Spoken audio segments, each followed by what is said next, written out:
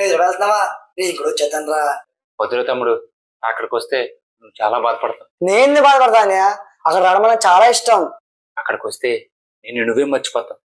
అరే, ఇక్కడ నీకు జలుబు చేసినా, దగ్గు చేసినా, జ్వరం వచ్చినా నేను చూసుకోవడానికి అమ్మ, నాన్న, అక్క, చెల్లి, స్నేహితులు ఎవరో ఒకరు నీకు తోడుగా ఉంటారు. కానీ అక్కడ నువ్వు మాత్రమే బాధపడాలిరా.